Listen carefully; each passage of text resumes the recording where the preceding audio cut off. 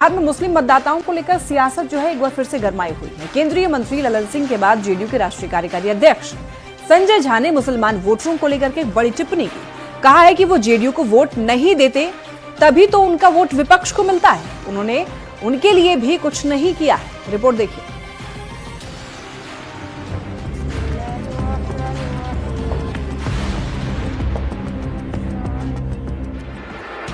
केंद्रीय पंचायती राज मंत्री ललन सिंह के बाद जेडीयू के राष्ट्रीय कार्यकारी अध्यक्ष संजय झा ने एक बार फिर से मुस्लिम मतदाताओं का मुद्दा उठाया। इससे बिहार में सियासी भूचाल मच गया। रविवार को कटिहार में संजय झा ने कहा कि 19 साल का ट्रैक रिकॉर्ड है। सीएम नीतीश ने मुसलमानों के लिए बहुत काम किया जो जेडीयू को वोट नहीं देती। 2025 में उनके पास एक मौका है कि सीएम नीतीश को वोट देकर पुराना हिसाब बराबर कर लें। हम जरूर कहेंगे कि भाई जो लोग नहीं भी देते हैं एक मौका है 25 में पुराना हिसाब बराबर कर दीजिए। संजय झा मुस्लिम बहुल इलाके वाले सीमांचल के कटिहार में जेडीयू के कार्यकर्ता सम्मेलन में पहुंचे थे। उन्होंने बातों ही बातों में मुस्लिम मतदाताओं की ओर इशारा करते हुए कहा कि सीएम ने सबके लिए काम किया है। अगर उन्हें भी लगता है कि सीएम नीतीश ने उनकी सेवा की है तो उनकी आत्मा गवाही देगी।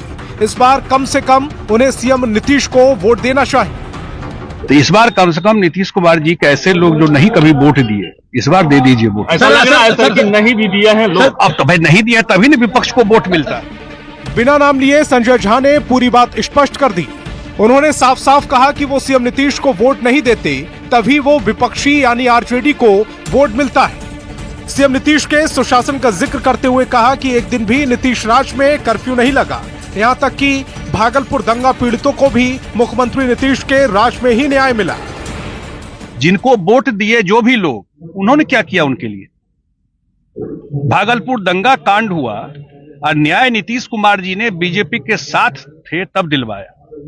सच्चाई है ना सामने। लोकसभा चुनाव के बाद सबसे पहले सीतामढ़ी में जेडीयू सांसद देवेश चंद्र ठाकुर ने मुस्लिम वोटरों को लेकर खुलकर अपनी बात रखी। उसके बाद उपचुनाव में सीएम नीतीश ने खुद अल्पसंख्यकों के लिए किए गए काम को सारे मंच पर गिनवाया। अब ललन सिंह और जेडीयू महासचिव गुलाम रसूल बलियावी के बाद संजय झा की टिप्पणी मुस्लिम मतदाताओं को लेकर पार्टी के रुख को स्पष्ट कर रही है। अब ये देखना होगा कि इस बार क्या सियासी प्रतिक्रिया सामने आती है। कटिहार संवाददाता सुब्रत गुहा के साथ ब्यूरो रिपोर्ट, न्यूज़ 18। अब आइए ये देखते हैं कि मुस्लिम वोटरों को लेकर के जेडीयू नेताओं ने कब कब क्या कहा है। देखिए, लोकसभा चुनाव के ठीक बाद 17 जून 2024 को जेडीयू सांसद देवेश चंद्र ठाकुर ने कहा कि मुसलमानों ने वोट नहीं दिया इसीलिए मदद नहीं करेंगे। मेरे पास मुस्लिम समाज के कुछ लोग काम से आए थे पर हमने कहा कि आपने तो लालटेन को वोट दिया है। बिहार उपचुनाव में प्रचार के दौरान आरा में सीएम नीतीश ने 9 नवंबर 2024 को कहा है कि मेरी सरकार ने मुसलमानों के लिए बहुत काम किया है। बिहार में मैंने मदरसों को सरकारी मान्यताएं दी, मदरसा शिक्षक को सरकारी टीचर के बराबर सैलरी दी। विपक्ष ने मुसलमानों को वोट के लिए इस्तेमाल किया। सीएम ने आग्रह किया कि मुस्लिम वोटरों को इधर उधर नहीं जाना चाहिए, मुस्लिमों को विपक्ष के चक्कर में नहीं पड़ना चाहिए। बिहार उपचुनाव के रिजल्ट आने के अगले ही दिन 24 नवंबर 2024 केंद्रीय मंत्री और जेडीयू के पूर्व राष्ट्रीय अध्यक्ष ललन सिंह ने यह कहा है कि मुसलमान वोटर जेडीयू को पहले वोट नहीं देते थे, मुस्लिम मतदाता जेडीयू को अभी भी वोट नहीं देते हैं।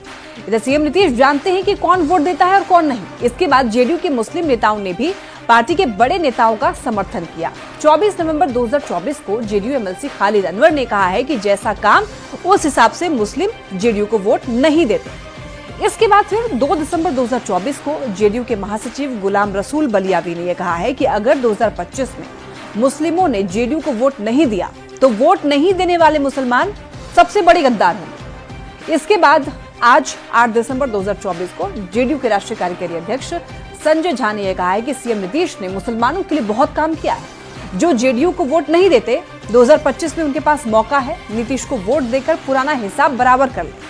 मुस्लिम जेडीयू को नहीं देते वोट तभी जो है विपक्ष को वोट मिल जाता है। जिन्हें वोट दिया उन्होंने मुस्लिम के लिए कुछ नहीं किया, ये बात कहा है। भागलपुर दंगा पीड़ितों को नीतीश राज में न्याय मिला है। अब ऐसे में आइए ये समझते हैं कि जेडीयू को मुस्लिम वोट नहीं मिलने की टीस आखिर क्यों है। देखिए, जेडीयू के बड़े नेता बार बार लगातार दावा कर रहे हैं कि सीएम नीतीश ने मुस्लिमों के लिए बहुत कुछ किया है। नीतीश सरकार की योजनाओं में भेदभाव नहीं दिखा है। नीतीश राज में करीब 8,000 कब्रिस्तान की घेराबंदी की। नीतीश राज में हर जिले में आवासीय विद्यालय योजना बनी। साथ ही बच्चों और बच्चियों के अलग अलग हॉस्टल बनाए गए। वक्फ बोर्ड की जमीन पर बहुउद्देशीय भवन बनाने का प्लान है। भवन में विवाह भवन भी होगा, मार्केट कॉम्प्लेक्स भी होगा। और देखिए, नीतीश राज में अल्पसंख्यकों के विकास पर बराबर फोकस रहा है। सीएम नीतीश ने बिहार में मदरसों को सरकारी मान्यता दी। मदरसों को पुस्तकालय, कंप्यूटर और लैब से लैस किया।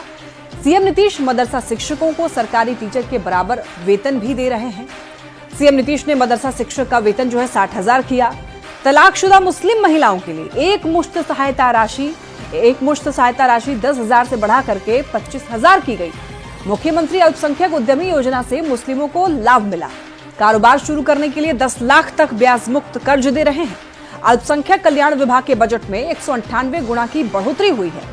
अल्पसंख्यक कल्याण विभाग का बजट बढ़कर के 700 करोड़ रुपए हो गया है। तो ये बहुत कुछ है जो कि अल्पसंख्यक समाज के लोगों के लिए नीतीश कुमार ने किया है। चलिए बढ़ते हैं खबरों में आगे। बिहार में चुनाव से पहले बांग्लादेशी घुसपैठ का मुद्दा गरमाने लगा है। बिहार के नगर विकास एवं आवास मंत्री नितिन नवीन ने बदलती डेमोग्राफी को लेकर कहा है, जो बांग्लादेशी घुसपैठिए गलत तरीके से बिहार में दाखिल हुए हैं, उनकी पहचान की जाएगी और उन पर कार्रवाई की जाएगी। इस पर राजनीति तेज है। रिपोर्ट देखिए।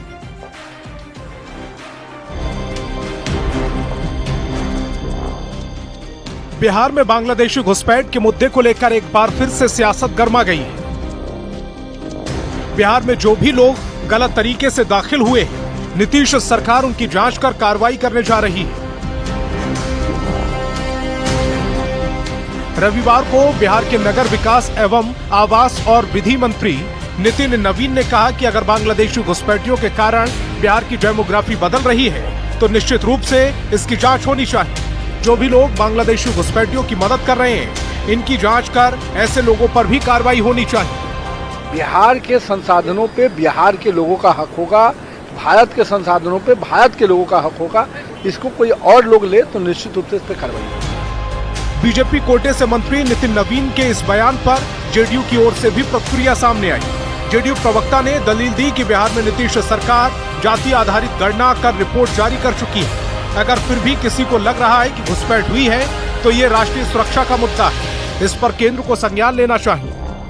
लोगों की गणना हो गई, उसके रिपोर्ट भी पब्लिश कर दिया गया। तो उसके बाद भी अगर किन्हीं को लग रहा है कि बिहार में कोई दूसरे देश के लोग प्रवेश किए तो राष्ट्रीय सुरक्षा का विषय है।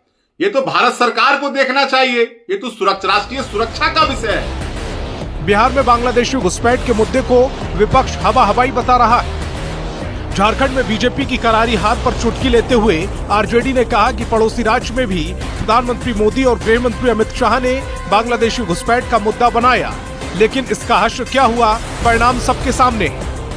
गैर कानूनी तरीके से कहीं कोई है, सरकार तुम्हारे हाथ में है भाई। ये दलील क्या देते हो? कोई काम तो करते नहीं हो बिहार के अंदर में। जब लोग हल्ला करने लगे, जब ये बातें तूल पकड़ने लगी तो वो जग रहे हैं कि इस पे जांच करेंगे। अरे तो भाई बोल बचन क्यों, जांच कीजिए ना। किसने रोका आपको जांच करने से? एक ओर बिहार के मंत्री बांग्लादेशी घुसपैठियों को चिन्हित कर कार्रवाई का दावा कर रहे हैं, तो दूसरी ओर विपक्ष इस मुद्दे को बेबुनियादी बता रहा है। ऐसे में जांच के बाद ही पता चल पाएगा कि बिहार में कितने बांग्लादेशी घुसपैठियों ने पनाह ली है या फिर ये सिर्फ एक सियासी शगुफा है। पटना संवाददाता अमित कुमार के साथ ब्यूरो रिपोर्ट, न्यूज़ 18। अब समझिए कि मंत्री नितिन नवीन ने क्या कहा। देखिए, बिहार के संसाधनों पर बिहार के लोगों का अधिकार है। बिहार की धन दौलत पर बिहार के लोगों का अधिकार है। उसे किसी और के साथ शेयर कैसे कर सकते हैं? बिहार में बांग्लादेशी घुसपैठियों की जांच होनी चाहिए। बांग्लादेश में लाखों करोड़ों हिंदुओं के साथ अत्याचार हो रहा है। विपक्ष के मुंह से एक शब्द भी नहीं निकल रहा है, उनका ये कहना है। और कई लोग बांग्लादेशी घुसपैठियों की मदद कर रहे हैं। बांग्लादेशी घुसपैठियों के कारण बिहार की डेमोग्राफी भी बदल रही है। अब ऐसे में ये समझिए कि मंत्री नितिन नवीन का ये बयान आखिर क्यों आया। देखिए, आपको बताते चलें कि बांग्लादेशी घुसपैठियों को लेकर बिहार सरकार काफी अब गंभीर हो चुकी है। कई जिलों से बांग्लादेशियों की संख्या को लेकर रिपोर्ट तलब किया है।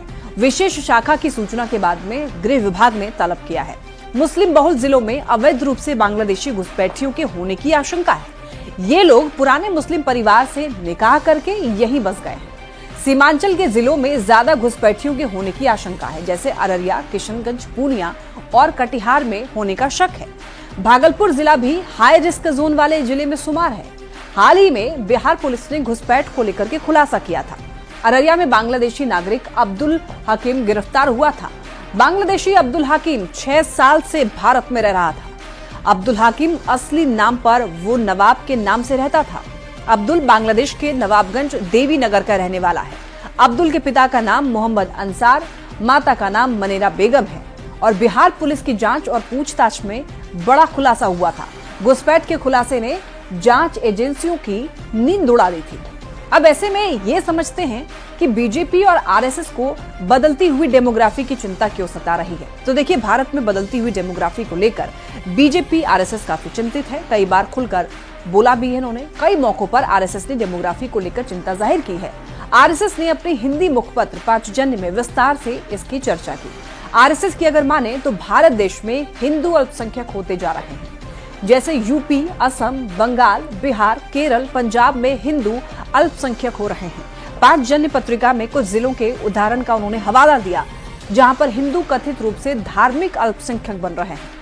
असम के 9 जिले में डेमोग्राफी बदली है, हिंदू अल्पसंख्यक हुए। असम में 4 दशक में मुस्लिम आबादी 10% बढ़ी है और ये आबादी बढ़कर के 34.22% हो गई है, जबकि हिंदू आबादी 11% घटी है और घटकर ये 61.46% रह गई है। पांचजन्य ने लिखा है कि पश्चिम बंगाल के 8 जिले में हिंदू आबादी 3% तक कम हुई है। जम्मू में हिंदुओं की संख्या घट गई है और घटकर 28.44% रह गई है। तो ऐसे में दावा किया है कि बिहार, केरल, पंजाब और यूपी में डेमोग्राफी बदली है। पिछले साल ये बात आरएसएस के मुखपत्र पांचजन्य में लिखी गई। बदलती हुई डेमोग्राफी भारतीय लोकतंत्र के लिए खतरे का एक संकेत है। तो इस तरीके से समझ सकते हैं कि बीजेपी और आरएसएस आखिर बदलती हुई डेमोग्राफी को लेकर चिंता क्यों जाहिर कर रही है। चलिए बढ़ते हैं खबरों में आगे। छात्रों के समर्थन में आंदोलन के लिए उतरे खान सर अस्पताल में एडमिट है। खान सर का एक नया वीडियो सामने आया जब शुक्रवार को प्रदर्शन के दौरान ही खान सर की तबीयत बिगड़ गई थी। वहीं अभ्यर्थियों ने आज बीपीएससी के चेयरमैन से मुलाकात की, अपनी मांगों को रखा। हालांकि बीपीएससी की तरफ से कुछ भी भरोसा नहीं दिया गया। बीपीएससी ने तेजस्वी यादव के सर्वर में गड़बड़ी और ऑनलाइन फॉर्म नहीं भरे जाने के आरोपों को भी एक सिरे से खारिज कर दिया।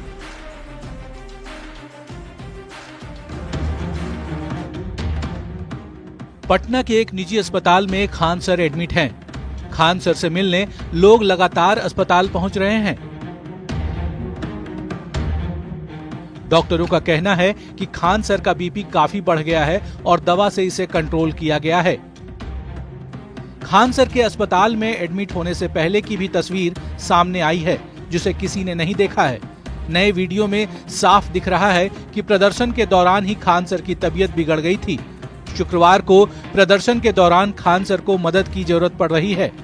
खान सर को गुरु रहमान मदद कर रहे हैं। उन्हें उठाकर भीड़ से दूर किया जा रहा है। खान सर मंच पर छात्रों के समर्थन में आए थे, लेकिन मंच पर उनका ये हाल होगा ये किसी को नहीं पता था। कि जो डिहाइड्रेशन का स्टेटस था वो तो काफ़ी इम्प्रूव्ड हुआ है और जो पहले कफ था उसका भी इंटेंसिटी एंड फ्रीक्वेंसी कम हुआ है, बट कफ अभी भी काफ़ी है। एक तरफ खान सर अस्पताल में एडमिट हैं, तो दूसरी तरफ अभ्यर्थियों ने बीपीएससी के चेयरमैन से मुलाकात की। छात्रों और चेयरमैन के बीच करीब 2 घंटे कई मुद्दों पर बात हुई। जब अभ्यर्थी बाहर निकले तो उन्होंने बताया कि 2 मांगें अध्यक्ष के सामने रखी गई हैं। पहली ये कि जो लोग फॉर्म नहीं भर सके थे उन्हें फॉर्म भरने का मौका दिया जाए, और दूसरा ये कि कई लोग घायल हैं, वो परीक्षा नहीं दे सकते। उनके बारे में बिहार लोक सेवा आयोग सोचे, लेकिन आयोग इस पर कुछ भी साफ नहीं बोल रहा है।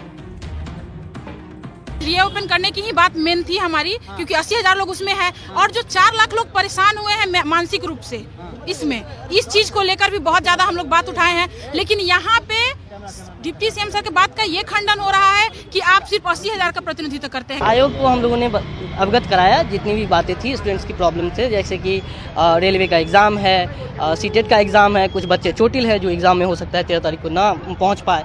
उसके साथ साथ जो ओटीआर का प्रॉब्लम था, सर्वर प्रॉब्लम था, जिन बच्चों का ओटीआर हुआ है लेकिन फॉर्म पूरी तरीके से फिल नहीं हुआ है, उनका हम लोग सबूत लेके भी गए थे और सबूत के साथ हमने बात की है।